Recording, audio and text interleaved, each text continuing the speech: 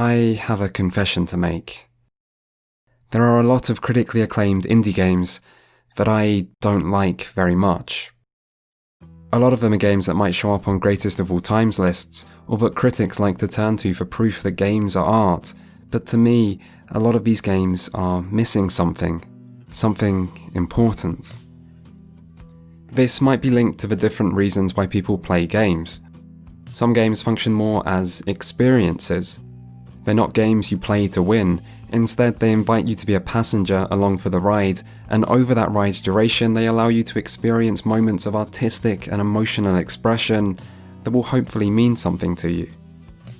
And that's great, in theory, but these types of experiences haven't usually resonated with me in the way they might have with others, and that might be because of how they handle gameplay. Ultimately, to get the most out of an experience, I need to feel involved in it. I don't mind if a game chooses to focus on narrative or presentation over gameplay, but I still want there to be some kind of gameplay I can engage with. I don't mind being there for the experience, but I want that experience to be active, not passive. And I don't mind if a game wants to take me for a ride, but I'd rather be the driver than the passenger.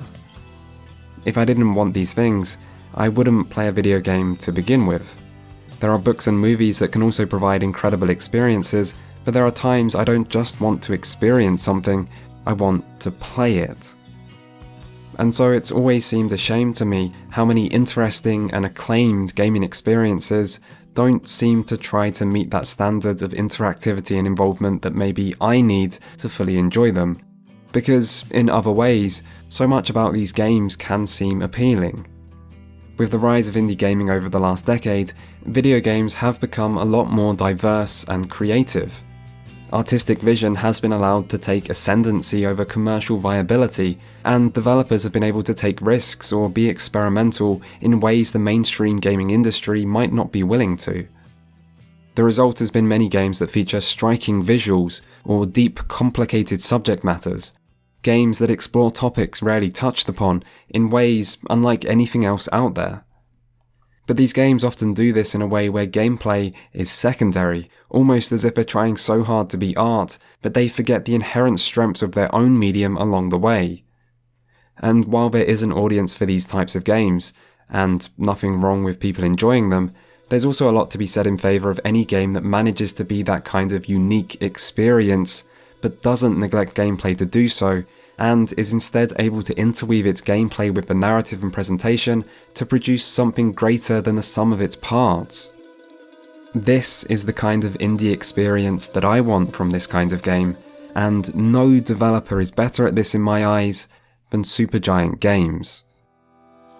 Formed in 2009 by two former EA developers who quit their job to follow their dream, the story of this studio's success reads almost like an advert for indie gaming, with these two developers moving into the same house to work on their passion project while pulling in friends and associates to form a talented and close-knit group that are still all working together to this day. But it's Supergiant's own games that speak loudest of all. All four have received widespread critical praise. All have factors that make them unique, and in many ways, each game has also been better than the last, with the most recent, Hades, feeling like it's incorporated a decade's worth of lessons and ideas, resulting in one of the best games of 2020. This video will look at what made each of Supergiant's 4 games so memorable, while also looking at the ways the studio's design philosophy has evolved over time. But this is also about why Supergiant Games are one of the greatest indie developers in the industry, and while that might sound like a strong statement to make, it's one I hope to back up. First though, we have to start at where it all began.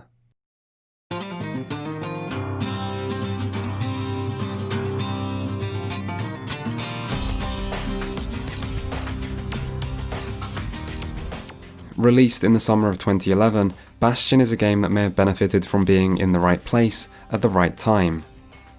That time was the era just before indie games had really started to become widespread, and that place was the Xbox Live Summer of Arcade, which led to a marketing push from Microsoft themselves and all the beneficial exposure that came with it. In a way, these early indie titles were pioneers for a lot of what was to follow in years to come. but there was also a sense that both critics and players may have had lower expectations for such games at this time, and maybe even were more generous in their assessment out of a desire to see these types of titles succeed. This was a time when indie games really had a reputation for being underdogs, and when the continued success of the indie market was a genuine uncertainty. And so you can find examples of indie games from this period that may seem a little overrated and which haven't necessarily stood the test of time. So it was interesting to replay Bastion now, almost 10 years later, to find that it does mostly hold up. If there is an area which may be more lacking than I remember it, it would be the gameplay, which can be both a little bare bones while also not doing much to cover new ground. Bastion is a simplistic action RPG with an isometric perspective. Your moveset is fairly traditional. You have a melee and ranged attack, plus a dodge, a block, and one special ability with limited uses. Your character's slow move speed encourages you to take advantage of those two defensive options, and the timing for both blocking and dodging is very generous to allow you to quickly get the hang of avoiding enemy attacks while going on the offensive when safe to do so. This makes the combat easy to pick up, with most of the challenge coming from when the game throws large numbers of enemies at you all at once, forcing you to have to keep up with the chaos this brings. If you do get hit, you'll find enemy damage is low and options to heal frequent. Maybe too frequent actually, although Bastion does reward players that take less damage by converting unneeded health potions into bonus XP, which provides a nice little incentive to play better. The XP gain from these potions is actually very small in the long run, but this feature still does a good job at feeling like it rewards you for playing well, which makes fights more interesting, even if the difficulty of them can feel like it's tuned quite low. Overall though, there's little about Bastion's core combat that stands out, or isn't done better by many other games out there. What Bastion does still manage to do well is how it introduces new things to ensure its simple combat always stays fresh. At around 6 hours long, Bastion is a short game, and yet it has 11 different weapons for you to mix and match as you try out different combinations of ranged and melee options to find a setup that works well for you. This means that the game is constantly introducing new weapons, which it further incentivizes you to play around with by featuring weapon-specific challenges that themselves are always varied and can be quite fun. To go alongside this, most of Bastion's levels have their own unique environmental hazard or new enemy type, and these do a good job of preventing the simple gameplay from getting boring. The number of weapons also provides a surprising amount of customization. Some weapons synergize better together than others. For example, the musket provides solid AoE damage and is good at hitting enemies at short range. This can be combined with something like the spear, which is strong against single targets or enemies further away. This combination means each weapon can cover the other's weakness, meaning you have a good offensive option for almost all situations. You can then further customize your setup through weapon upgrades and equipable tonics that give a range of additional bonuses. Playing around with different options to find a setup you like and that works well can be rewarding, although due to the game's short nature, there's a good chance that as soon as you unlock everything and find out what works for you, the game will pretty much be over without you really getting a chance to put the knowledge and skills you've developed to use. Still, Bastion's gameplay is simple and fun, and while it doesn't do much to stand out on its own, there are other parts of this experience which do. Early on in Bastion's development, Supergiant decided they wanted to make an action RPG, but they soon realised there were many ways that their game wouldn't be able to compete with other games already on the market, such as in number of weapons and classes, or having hours of content, or features like multiplayer. This was due to the limited nature of the team and their budget. There are things that a studio with over 100 developers can do, which a team of 7 can't. But one way Supergiant knew they could compete with these other more established titles was through their game's presentation. And this aspect of Bastion is one of the first things players will notice about it. The art style uses rich, vibrant colours with a hand-painted, almost watercolour style that couldn't be any more different to the grey-brown colour palette and strive for realism above all else that was seen in so many AAA titles from the same era. As a result, Bastion still looks great today, but it was the use of narration that really made this game stand out to people. All of the player's actions in Bastion are narrated in real time as they happen. He gets up, sets off for the Bastion, where everyone agreed to go in case of trouble. Both the voice acting and writing style have a distinctive storybook quality to them, but the narrator isn't just a featureless voice in the sky. They're a real character you'll meet in-game, and one of the few other survivors that the player ever gets a chance to interact with in this world. Still, it was the reactive nature of this narration that really made it so effective. And then he falls to his death. I'm just fooling. The narrator provides information on the locations you go to and the history of this world, but they also comment on your actions. These comments include things that the player may not expect to be acknowledged, like whether you smash up the destructible environment, or whether you switch weapons soon after receiving a new addition to your arsenal. Through this narration, the player's role in the narrative is emphasized. It draws attention to the ways in which you're not just a viewer or passenger along for the ride, but are instead an actor who is driving this story forward. It makes you feel as if this is your story and that you're the one in control, even if that isn't entirely true. It's interesting to go back to this game and see that in some ways, the activity of the narration isn't quite as impressive as I remember. There are still times it may take you by surprise, but a lot of the triggers for each line seem more obvious and expected in retrospect. Despite this, the narration is still very well done, and it greatly enhances the experience. It also has a more practical benefit, which is that by telling this story through narration, Bastion is able to avoid breaks in the action that would be created by long cutscenes or large numbers of text boxes. This means the story is told as you actively play the game, which results in a seamless blend between gameplay and narrative that's more engaging and doesn't slow down the pace of the action. Bastion's use of narration really is commendable, but the game does run into some problems that result from only having narration or action as a means to tell its story. For example, there are 3 different times when you're told about a character's backstory. Each time this happens, your character interacts with an object that leads you to entering a dream. The narrator then begins telling each story, while the player kills wave after wave of respawning enemies. There's no connection here between these waves of enemies and the story being told in the background. The enemies are just here to give the player something to do, while the narrator delivers exposition. And this exact scenario then happens 2 more times later on, with the exact same dream area and respawning enemies. These aren't effective moments of storytelling, and this doesn't make for interesting gameplay either. This would be true for just 1 section, let alone 3, but Bastion only knows how to tell its story by narration over action, and so even when this approach doesn't fit the situation, this is still what the game resorts to. There's also another more general problem with this approach. Narration can work well in between action, and it can even work well in the midst of action when the information that's being communicated to the player isn't overly complex.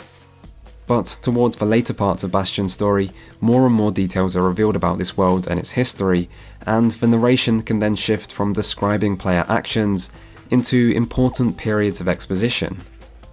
It's this combination that isn't always so effective. For one, it can be hard to follow all the details you're being told, while also focusing on staying alive, because the action might already be demanding the majority of the player's attention. This can result in the player missing important details, or just giving the story less attention than it deserves. And I imagine the developers were aware this could be a problem, because loading screens all seem to repeat important plot details to the player, just in case you may have missed something. So, while combining action with narration can work well at certain times, there may also be moments where more separation between the two could be beneficial. As for the story itself, you play as the Kid, who wakes up on a floating rock in the sky to discover his world has fallen to pieces, metaphorically and literally. You travel through the remains of a former city named Caelondia as its pieces reconstitute around you, only to discover that most of its inhabitants have been turned to ash. The Kid then turns his attention to the Bastion, a supposed safe haven for people to gather at in times of trouble, which also happens to have the power to restore parts of the world through objects called cores that you then have to gather. It's here that you meet the narrator, who is later joined by 2 other survivors you encounter along the way that are from a different group of people called the Ura. The Ura and Caelondia were previously at war, and it's within this conflict that you discover the reason for why the world ended up the way it is. Like the gameplay, Bastion's story benefits from the game's strong presentation, and it's at its best in those moments when all parts of the game design are working together. The best example of this is later on in the game, when one of the other survivors you meet, named Zolf, sabotages the Bastion and returns to the Ura. The kid then pursues, which brings him into direct conflict with this group. This leads to the Ura blaming Zolf for leading the kid to them, which results in them attacking Zolf and abandoning him. When the kid finds Zolf, the player is given a choice about whether to drop your weapon in order to carry Zolf in an attempt to rescue him. If the player chooses to do this, it leaves them defenseless against the Ura's attacks. But then, this happens.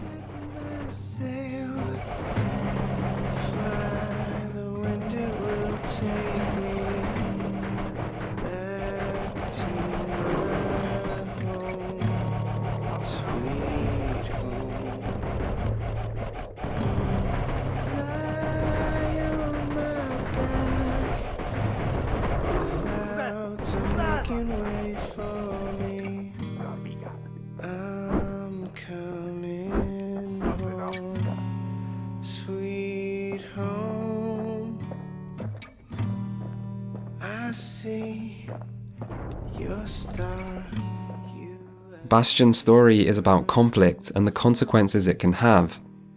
And here, in this moment, the player is allowed, through a choice they get to make, to go against the cycle of violence and forgive someone who has wronged you, leading to the Ura questioning their own actions and for the broader conflict between the two to be brought to a standstill. And all this is something you experience for yourself through gameplay, which makes you really feel the weight of this event as you're forced to slowly walk forward, consuming health potions to stay alive, while not really knowing what will happen to you now you've lost the one thing you've relied upon to deal with every challenge the game has thrown at you up until now, which was your ability to fight and defend yourself. Bastion was an ambitious game.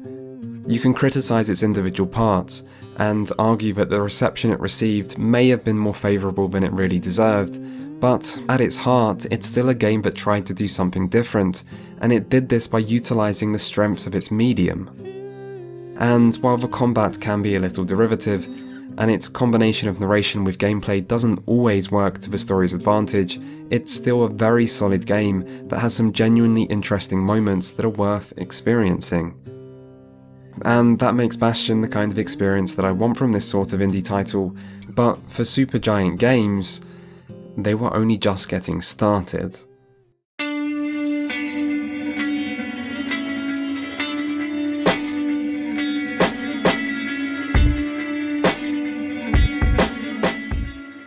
Bastion was a major critical and commercial success for Supergiant, but success always brings with it the challenge of where to go next. For most in this position, you would expect them to focus on a sequel, or at least stick with what they know. But for Supergiant, their main concern was how to avoid making something that felt similar. This would end up being something of a pattern for this studio, but Bastion may have also been a game that was successful because it was different, and so it made sense that Supergiant wanted to try something new. The end result, released in 2014, was Transistor. A game unlike Bastion in so many ways, but at a glance that might not be apparent, as once more Supergiant had created a short, visually striking game with a top-down perspective and a distinctive voiceover akin to the first game's narrator. Still, looks can be deceiving because Transistor is very much its own thing. For starters, where Bastion used a conventional action combat system that may have been traditional to a fault, Transistor's combat is instead wholly original. You still control a single character and attack various enemies in real time using a wide range of different abilities, but you now also have the option to freeze time to enter a mode called Turn that lets you plan out and then quickly execute a set of actions. This shifts the focus from action to strategy, as you can take your time to assess all of your options and find the perfect combination of actions. After using this mode, you then enter a recovery period where you're left vulnerable and can't use your normal abilities.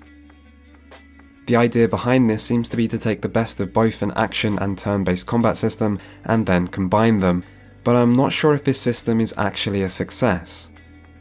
Using Turn can seem advantageous, but you'll always be left unable to do anything directly afterwards.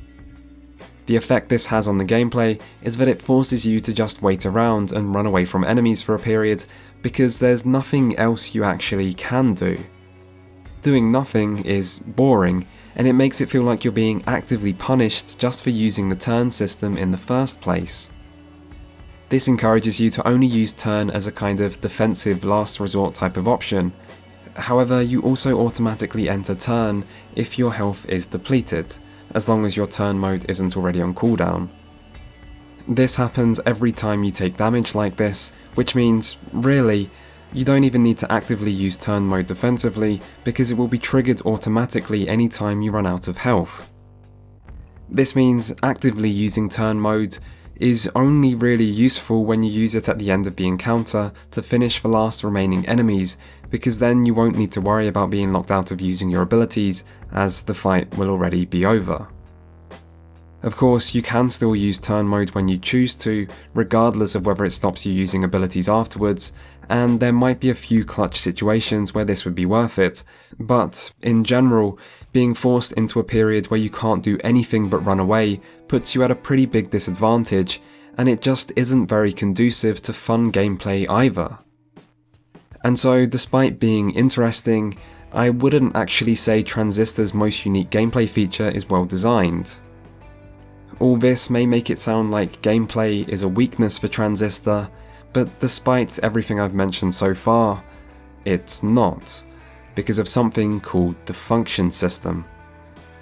Maybe I'm biased here, because I do tend to like systems that feature lots of customization and complicated character building, but I still believe Transistor's function system is just very good, and in some ways makes up for any problem with the turn mode. It works by giving you 16 different abilities, called functions. You can equip 4 of these abilities at once, and these are what you use in combat. Most of these are offensive, but not all, with some providing mobility or stealth or other such benefits. Finding a good combination of your 4 core abilities is important.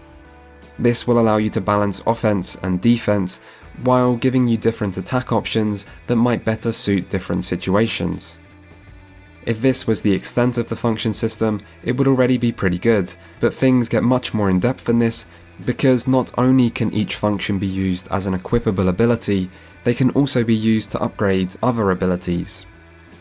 You can have 2 functions equipped as upgrades on each equipped ability, and these upgrades add beneficial modifiers, like altering an ability so it has a stun effect, or making it activate much more quickly. You can also equip functions to provide passive upgrades directly to your character. The end result is an almost endless amount of variations for you to play around with, and coming up with different combinations and then testing them out can be a lot of fun. The level of customization available to the player is very impressive, but it's still introduced gradually to prevent it from seeming overly complicated. And while experimentation isn't strictly necessary, Transistor is also cleverly designed to encourage players to try out new things to help them get more out of the experience. It does this in a few different ways, the most obvious being the return of challenges that will give you specific loadouts to show you what's possible.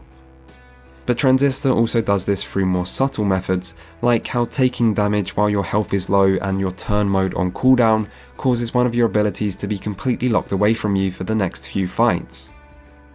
This means the player will at least temporarily have to equip a different ability, and so will find themselves experimenting with what they have available, whether they want to or not.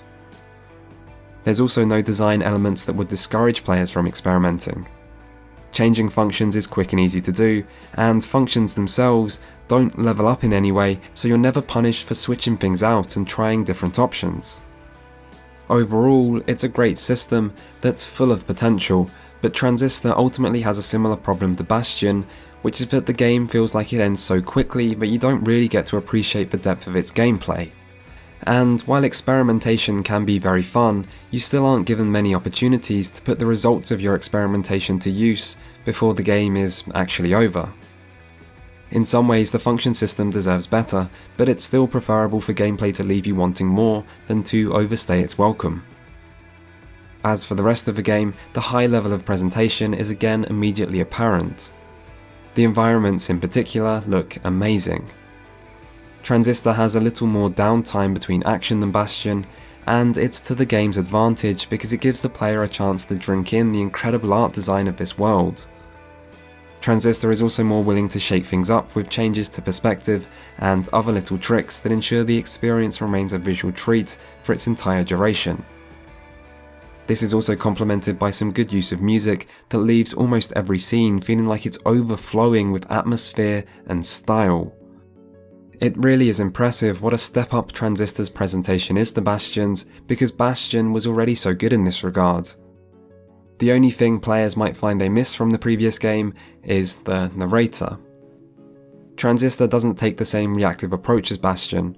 Instead, this time the player's companion is their strange glowing sword that the main character, a singer called Red, picks up at the start of the game.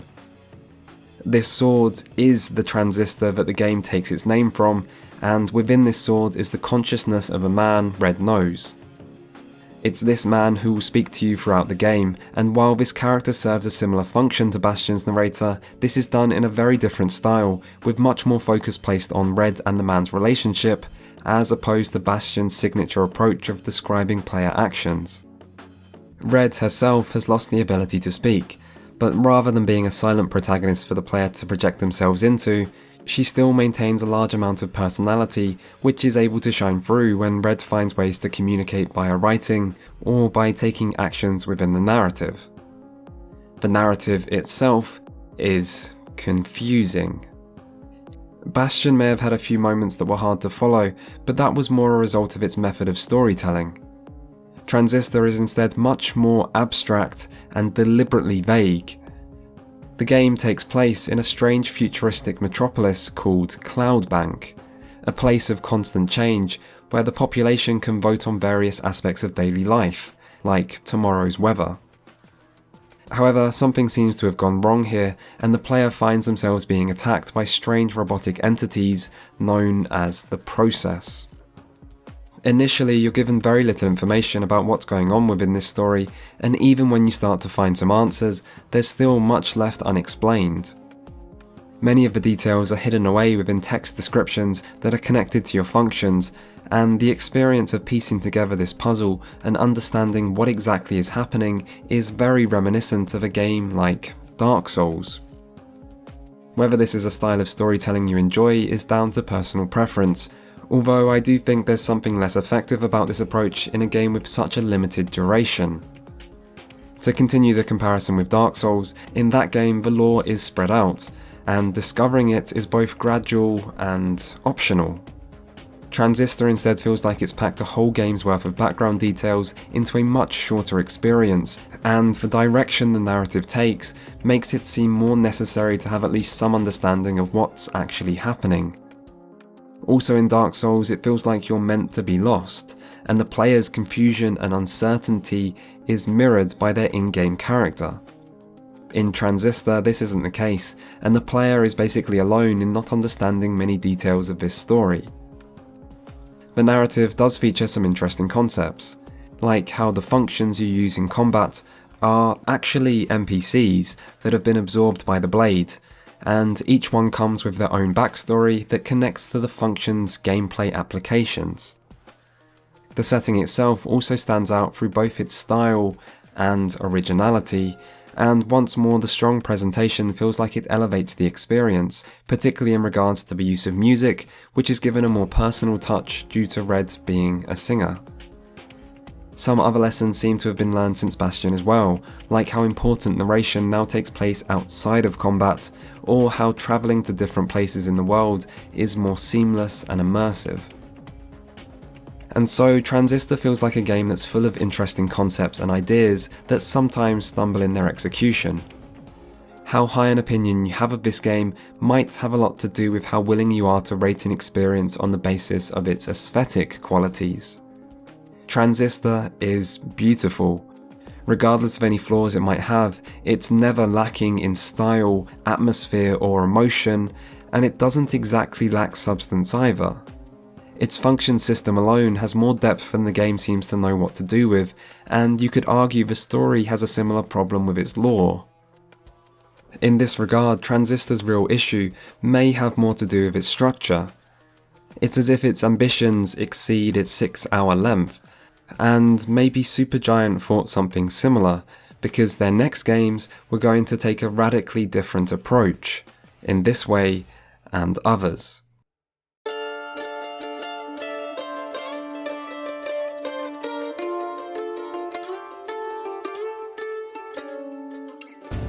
By this point, Supergiant had made 2 games, both very unique in their own way, but their next game was going to be in a whole other league. Released in 2017, Pyre is most commonly described as a mix between a visual novel and a fantasy basketball game, but there's a lot about this game which that description misses. If I had to pick a single game to compare it to, it would be Banner Saga, in part because of the similarities in visual style, but mostly because of the way these games both focus on the journey of a large cast of characters and the important decisions that have to be made on the way. And ultimately, if there's one part of Pyre that stands out more than any other, it's the choices that you're forced to make in this game and the consequences these will have. The vast majority of Pyre's 14 or so hour runtime is spent reading dialogue set to static character images. While there is voice acting, it's in the usual visual novel style where only the first part of a sentence is voiced. Except, in Pyre, this voice acting is also in a fictional language. You also journey through an overworld that once more has a captivating hand-painted style that somehow manages to feature an even more vibrant selection of colours than the last 2 games. The final part of Pyre are these events, known as rites. Pyre is a story about a group of exiles who have been banished from their nation, a place called the Commonwealth, for a variety of crimes, and now have to reside in the less desirable location of the Downside. The only way for these exiles to leave the Downside and rejoin the Commonwealth is through participating in a series of events known as rites. While from a gameplay perspective, these seem like sports-based team matches, within the context of the lore, these rites are closer to religious ceremonies that honour notable figures and events from the past and must be performed in accordance to a strict set of rules. It's these rites that make up Pyre's real gameplay. Each one is a 3 vs 3 competition where the player must move a ball, known as the Celestial Orb, into the opposition's pyre while defending their own. To effectively describe what this gameplay is like is not an easy task.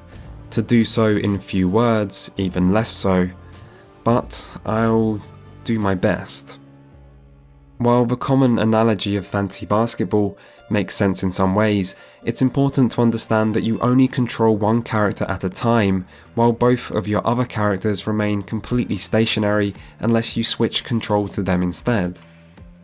This is quite different to how pretty much any other team-based sports game plays, and makes Pyre's rites feel much closer to being 1 vs 1 competitions, even though there are multiple characters on the field at once. When you're not controlling a character, they do still serve a purpose because of the defensive aura they emit. If a character with the ball moves into another's aura, they get temporarily banished from the field.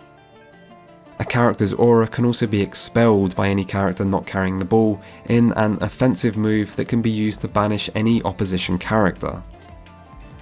This means that positioning and strategy are both very important, and action tends to happen in quick, explosive bursts that occur when you sense an opportunity to slip past your opposition's defences and score. Get it wrong, however, and you might leave yourself vulnerable. If a character does manage to score, that character will then always be banished for the next round, meaning whoever last scored will have to compete 2 versus 3 until someone scores again. This has 2 big impacts on the gameplay. Firstly, it makes matches tend towards being closer because scoring puts you at a disadvantage in the following round. In a close match, this can result in scoring alternating between teams in a way that is a bit reminiscent of how a tennis match will usually follow serve. The other impact this has on gameplay is that it forces you to rely on all your characters, rather than just choosing one to score every goal because your goal scorer won't be there in the next round. Characters' stats vary greatly, with some having larger auras or faster move speeds or better offensive options, and so being a man down will force you to adapt, as you can't necessarily rely on the same tactic to score twice in a row. If you haven't played this game, then hopefully this explanation has given you some understanding of what Pyre's rights entail, and if you still don't understand, then, well, I tried. Still, if I had to pick one real-life sport to compare Pyre's rights to, it wouldn't be a team-based sport at all. Instead, it would probably be something more like judo, but I fear trying to make this analogy might just lead to even greater confusion, so let's just keep moving forward. I like Pyre's gameplay, and more importantly, despite how difficult it is to explain to other people, Pyre's gameplay definitely works.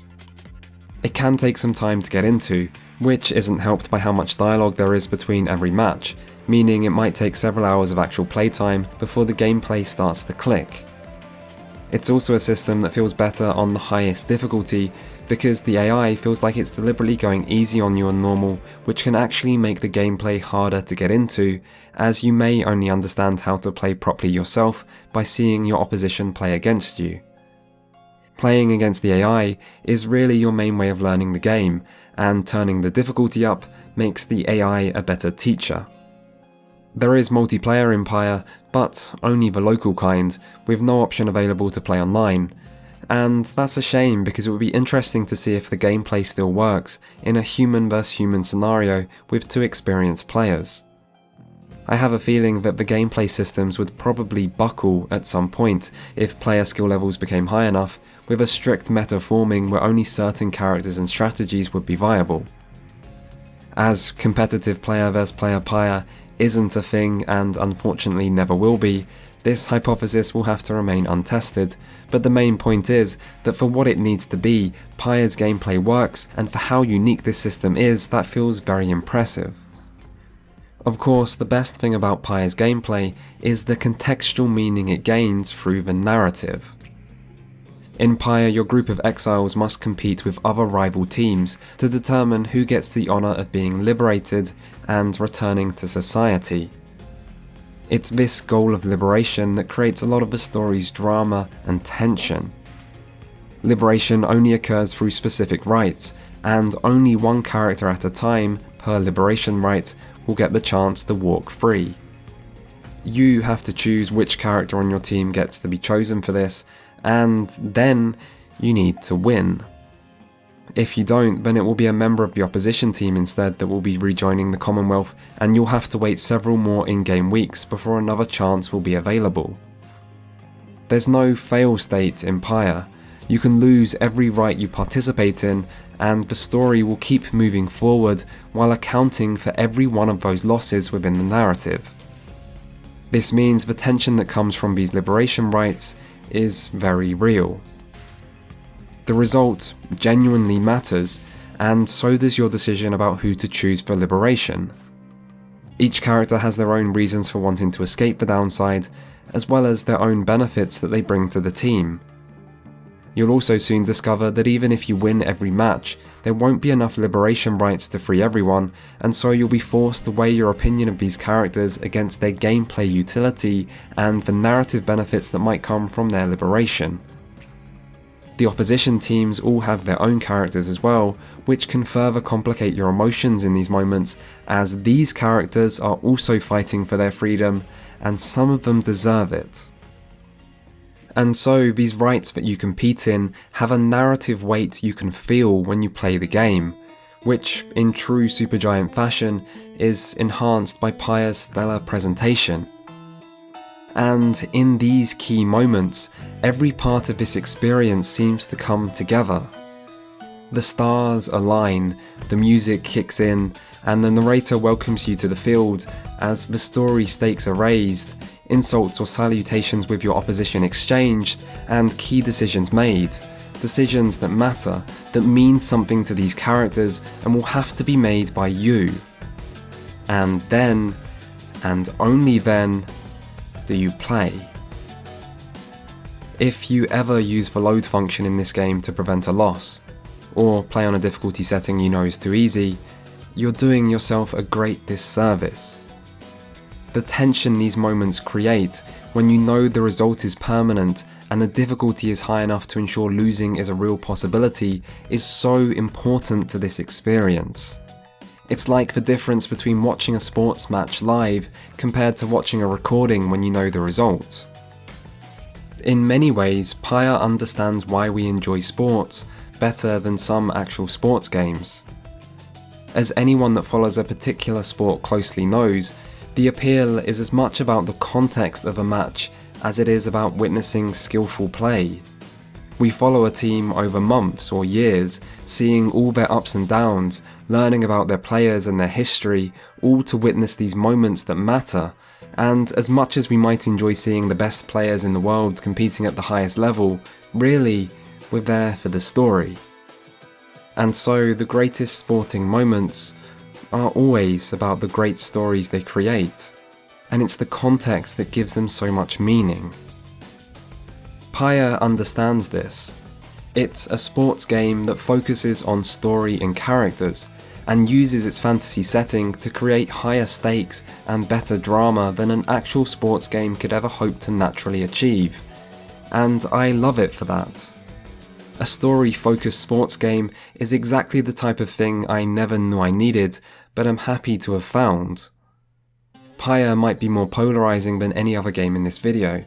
Either the experience connects with you, or it doesn't, because for this experience to truly work, you need to be invested in both the gameplay and narrative, as it's the fusion of these two things that elevate Pyre into being so much more than what it might initially seem. Of Supergiant's first 3 games, Pyre is easily my favourite, but I still want to talk a little about some of the things that don't work as well about this game. For starters, rights are great because they matter. Except, a lot of them don't. There are 26 rights over the game's duration, and only 7 of these are liberation rights. The rights in the early game are okay, because they introduce you to new characters and background information about this world, while also gradually building to the first actual liberation right. And so even though these rights have little by way of real consequence, the experience still works as it's building to something greater. However, after each liberation right from this point forward, you then go back to competing in non-liberation rights that have no stakes and no real purpose. For the other teams in this world, they compete in non-liberation rights to decide who gets to be the team that competes in the liberation right. However, due to some very convenient story reasons, your team, the Nightwings, always get to participate in the liberation rights regardless of how they perform in the other rights, and so all those rights in between liberation attempts just end up seeming like filler.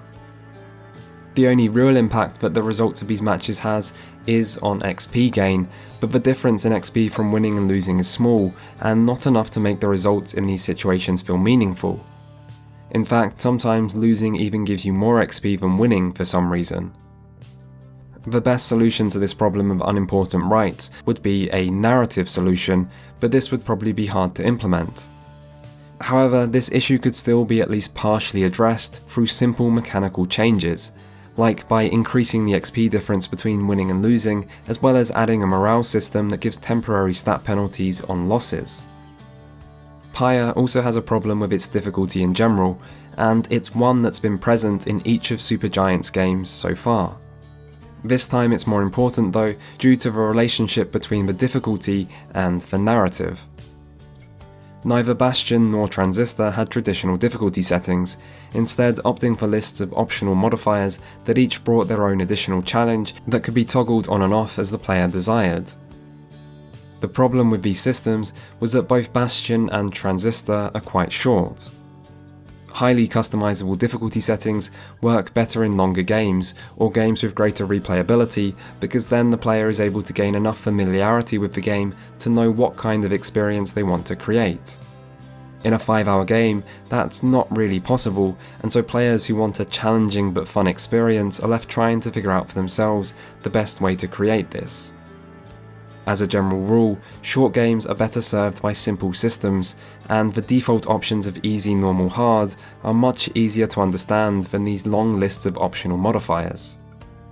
Pyre does introduce this kind of default difficulty setting for the first time, which the game benefits from, but then it features a similar system of optional modifiers on top of this.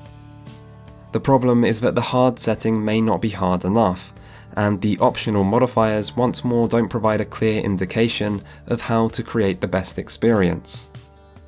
The player is also discouraged from using them because of the negative narrative consequences that come from losing. Negative consequences to player actions can enhance a story, but you can hardly expect players to opt into those negative consequences, and these optional modifiers, which are chosen before the start of each match, don't feel like the right approach. This can seem like a more minor criticism, but in a narrative that needs difficulty to reach its fullest potential, it's a shame that Supergiant still haven't really got this aspect quite right. As for the story itself, it can at times suffer from an over-reliance on text boxes. This is true for other visual novels as well, but it's still something that might put someone off this game, and it's also amazing just how many conversations in Pyre take place in the exact same wagon but your team uses to travel around in. I'm not going to pretend to be the world's leading expert in visual novels, but from what experience I do have, I've noticed they do tend to have much more varied background art and often more animated character models. Pyre doesn't need these things, but they may have still helped add a bit more variety to the large quantities of dialogue. The story in Pyre might also be a little overly ambitious. Although your initial objective is just to escape from the downside, the story takes several twists and turns and ends up being as much about creating a revolution to overthrow the Commonwealth as it is about finding freedom. The story does manage to stay interesting for its duration, but after so much build-up, the ending is left seeming a little anticlimactic. Pyre does deserve praise for its reactivity though, as no matter which team members you choose to liberate, dialogue is still written for all the remaining characters, and it's clear a huge amount of effort has went into allowing for the game's many different outcomes to play out in a natural and realistic way.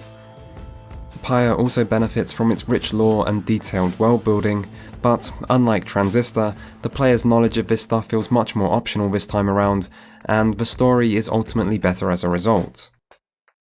So, in a video about unique games, Pyre goes above and beyond, offering a hugely meaningful experience that is truly one of a kind, and it's one that's only really possible as a result of its combination of narrative and gameplay. This game doesn't really get the attention it deserves. Supergiant's presentation is as good as ever too, with what is likely their most varied soundtrack yet, as well as plenty of gorgeous background art, and narration that may be less frequent than in the other games, but yet is still probably voice actor Logan Cunningham's best work to date. It's a shame then that this was to be Supergiant's least successful game. Maybe that makes sense.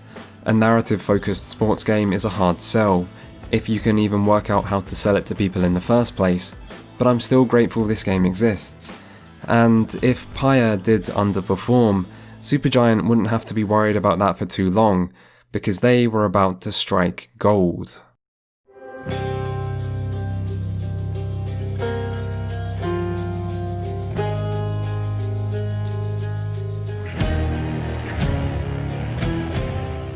If Pyre was a difficult game to explain to others, Hades offers no such problem.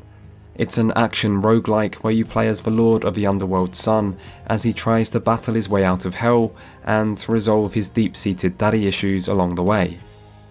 Some people might be disappointed in Supergiant for taking a more conventional approach with their fourth game, but such misgivings likely won't last long because Hades is of such consistent high quality that it's difficult not to be won over by it, and this game still has some new ideas of its own. It's also a game that incorporates and expands on many of the aspects seen in Supergiant's other titles, and the end result is the studio's best game yet. Much like their debut title Bastion, Hades is a return to action gameplay with an isometric perspective, but even when just looking at its basic aspects, improvements seem obvious. Animations are smoother. Your moveset feels fluid, and there's a satisfying weightiness when your weapon makes contact with enemies. Visually, Hades is as striking as ever. Only Supergiant can take a place as symbolically dark as the Underworld, inject it full of vibrant colours, and still somehow manage to completely nail the atmosphere and aesthetics that a location such as this should have. As far as fictional depictions go, the Kingdom of the Dead has never looked so appealing. And yet, despite all the colours and details on screen, Hades always retains a high level of visual clarity. Even when many things are going on at once, an occurrence that can be quite common in roguelikes, enemies and attacks in Hades can still clearly be seen, and when you take damage, you always know where from and why. Care has obviously been taken to make sure this game's visuals communicate gameplay information clearly. Enemy attacks have obvious wind-up animations, attack modifiers show up as easy to see white text so you always know when effects trigger, and distinctive visual styles mean you'll never confuse enemy abilities with your own. All in all, this game looks and plays so good that it feels strange to still call Hades an indie title. There are AAA games that wish they looked this good, and in a genre that's so inherently chaotic, Hades' effortless combination of visual style and substance is very impressive. But gameplay isn't the only thing that looks good. Hades features a wide cast of characters, from other inhabitants of the underworld to the Olympian gods themselves, and here the game's distinctive art style works perfectly. The bright colours and exaggerated characteristics are an ideal match for a mythology known for its loudness and larger-than-life characters. You'll spend a lot of time talking to these characters.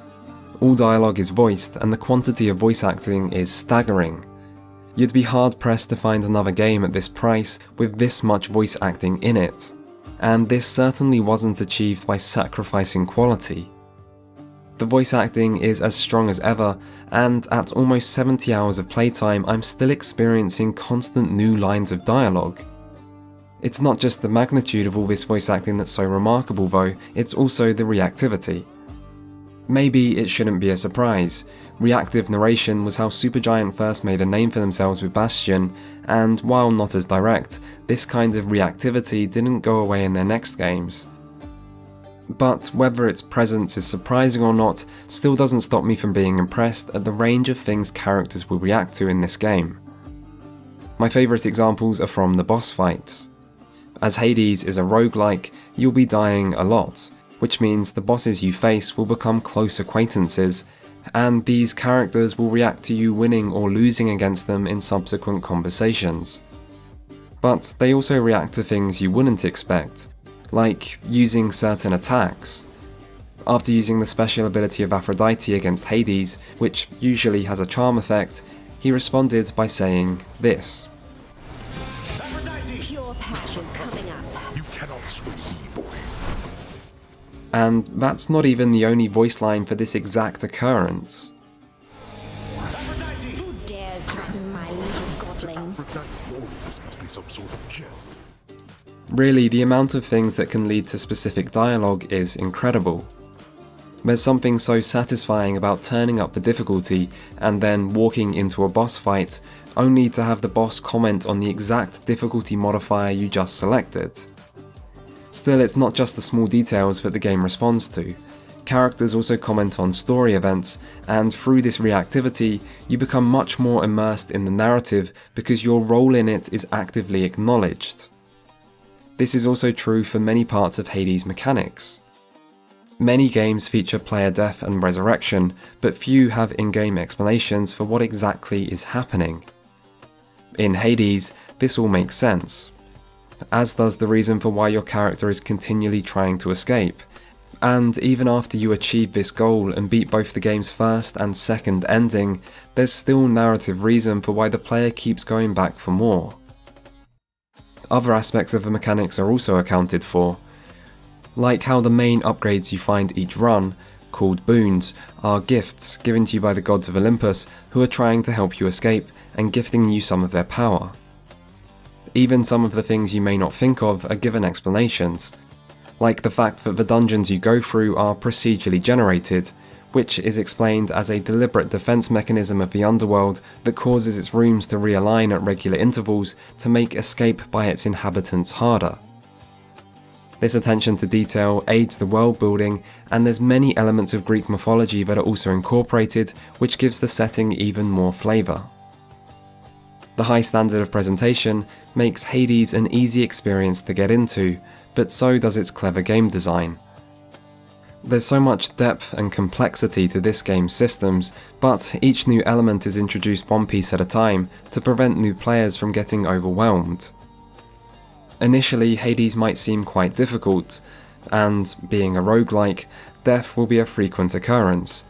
But while dying is often framed as a negative in games, in Hades it's a means to advance the story and experience more character development. This is because after each time you meet your demise, you return to the House of Hades, where you can speak to its other inhabitants and often uncover more of the story. This means that death feels like it comes with its own narrative reward, and you can also use this time to improve your character through spending several different persistent currencies that you'll find while trying to escape. These types of persistent rewards act as an overarching means of progression, and this isn't a new concept for the roguelike genre. The advantages of these kinds of systems is that they give meaning to each run and ensure that even when you fail, you still feel like you're making some form of progress. Hades leans heavily into this design approach by having many unlockable upgrades, and these can be for things as important as unlocking the ability to double dash or getting an extra life after dying.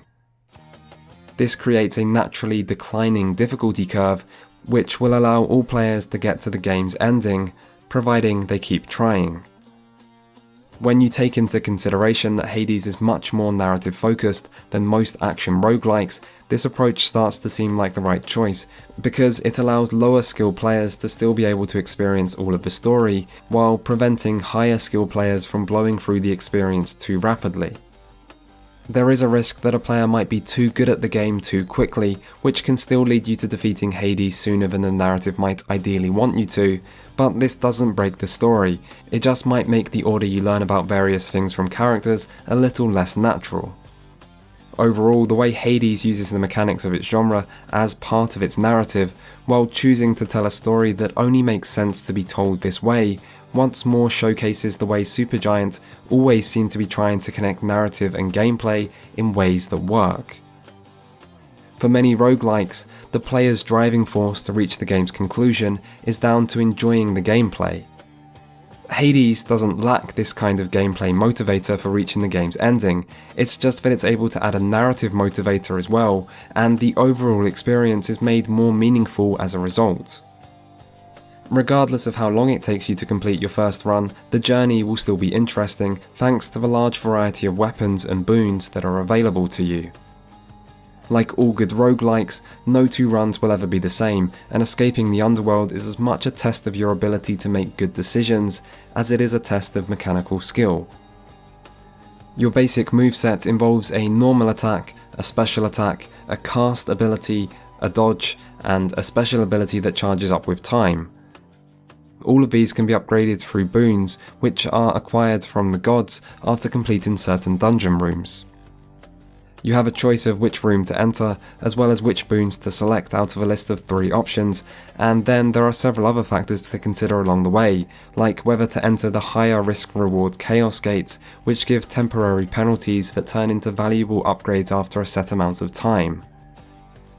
There are also choices to be made before your run even starts, like which mirror upgrades to select, or which keepsake to equip. With multiple different attacks and 9 different gods, each with their own distinctive set of boons, this leads to a large amount of options. The most impactful of all these are the Daedalus Hammer upgrades, which modify your attack in a variety of ways, and can completely change the way you play with a particular weapon. For example, when using the ranged weapon, the Adamant Rail, on one run I selected a Daedalus upgrade which made my special attack do plus 150% damage in a larger area while also doing friendly fire. This made my weapon of choice transform from a machine gun to a mortar, and shifted my playstyle into one where I kept my distance as much as possible while bombing the hell out of the battlefield from afar, which I tried to enhance by choosing other suitable upgrades, like a grenade-like cast ability that stuns enemies from the god Dionysus. With this build, I was able to decimate my foes from a safe distance, providing they didn't move around too quickly, in which case things started getting a little hectic, and it was as much a challenge to avoid my own mortar fire as enemy attacks. All in all, this was a pretty fun run. But on the very next run, I chose a completely different upgrade that made my machine gun into more of a point-blank shotgun, which I then enhanced with explosive fire to turn my character into a close-range powerhouse that made the railgun feel more like a melee weapon than ranged. On this run, my playstyle couldn't have been more different to the previous one, and these examples offer a glimpse into just how varied Hades can be. There's 2 important things I want to point out here though. The first is that both of these examples are from the same weapon, and same weapon aspect. Hades has a total of 6 completely unique weapons, each with 4 different aspects that each have their own major impact on gameplay, as well as at least 12 different Daedalus upgrades for each weapon. So take a second to consider just how many possibilities there really are here, and that's without even considering the changes brought by different gods' boons. The second thing I want to mention here is that in both of these runs I just talked about, there was a specific reason I chose to use these upgrades, which is because of something called the Fated List of Minor Prophecies. This is a kind of achievement-style checklist that rewards you for using every different upgrade type, among many other things, and it's because of the Fated List of Minor Prophecies that I regularly found myself trying different upgrades I may not have chosen otherwise. This is a way for the game to encourage players to experiment, although there's no punishment for not choosing to vary your playstyle this way. Instead, the game design is content to give players a gentle push towards shaking up their selection, and that small push likely allowed me to experience some interesting parts of the game which I may not have ever tried out otherwise. There's another similar system called Dark First, which encourages players to vary the weapon they use, and these kinds of subtle prompts are very effective at helping players get the most out of the experience without resorting to punishing players who just want to do their own thing instead. Supergiant have always seemed to encourage players to experiment with the gameplay options they present in their games, but thanks to the replayability of the roguelike genre, this is the first time that the gameplay systems Supergiant have created are part of a structure that can actually take advantage of the depth and variety found within. The result is that Hades is really, really good. It's probably the best action roguelike game I've played, and this is a subgenre that's had some very respectable competition over the last 7 or so years. It's still not a perfect game, however, and as positive as my opinion of it is, certain flaws do start to become more apparent the further into the game you get. The first of which is that Supergiant once more don't seem to have got the implementation of their difficulty settings quite right.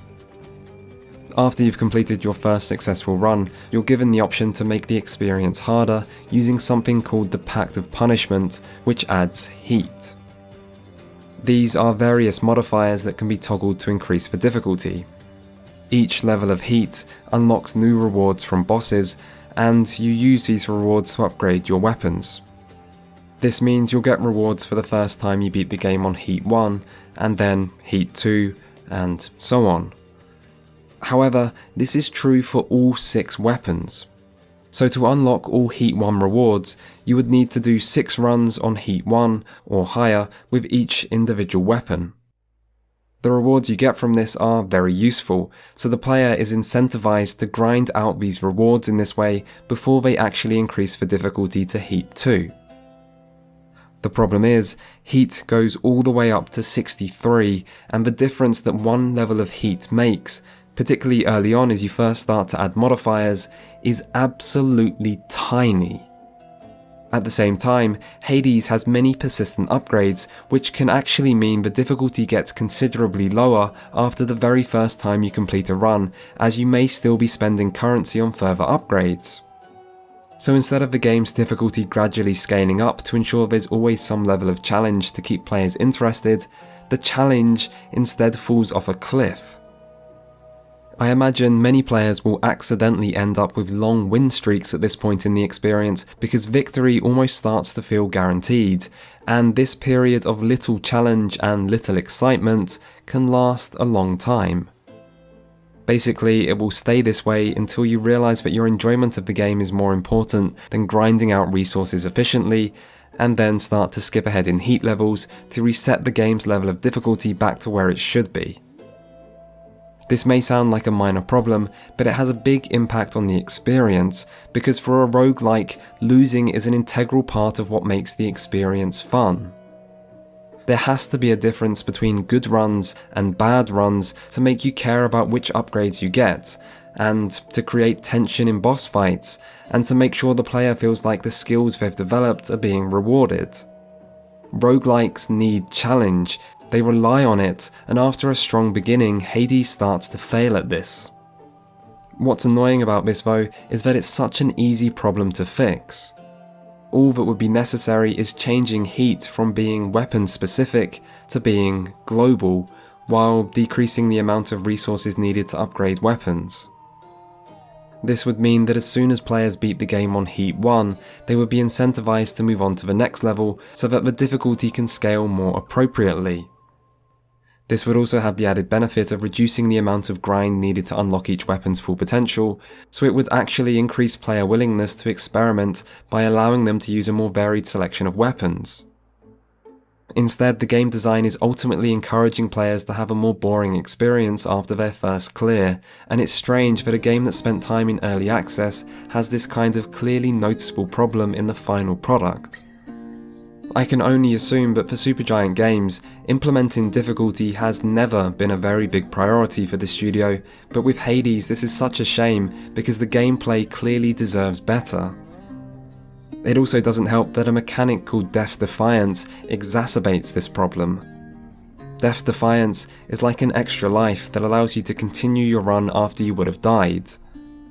Through using the mirror upgrades, you can get 3 uses of this, and once unlocked, this ensures that almost every run will at least get to the final boss. This removes a lot of the excitement from earlier sections, as the chance of your run ending early never really feels like a possibility, and it also makes the difference between a good run and a bad run less noticeable, as with Death Defiance fully unlocked, you'll probably be getting to the last boss regardless of how well the run has went. If you do try to challenge yourself and increase the heat to the level where it needs to be, Hades quickly becomes a much better game again. The Pact of Punishment itself is quite interesting because it allows you to customize the difficulty modifiers yourself, meaning there's an element of strategy to working out the least punishing options. Defeating the game on 32 heat for the first time ended up being a really rewarding experience because being forced to use so many different difficulty modifiers changed the feel of the game significantly. It also brought back a lot of the challenge to the early game, with every single room feeling like it could now contain the real possibility of danger.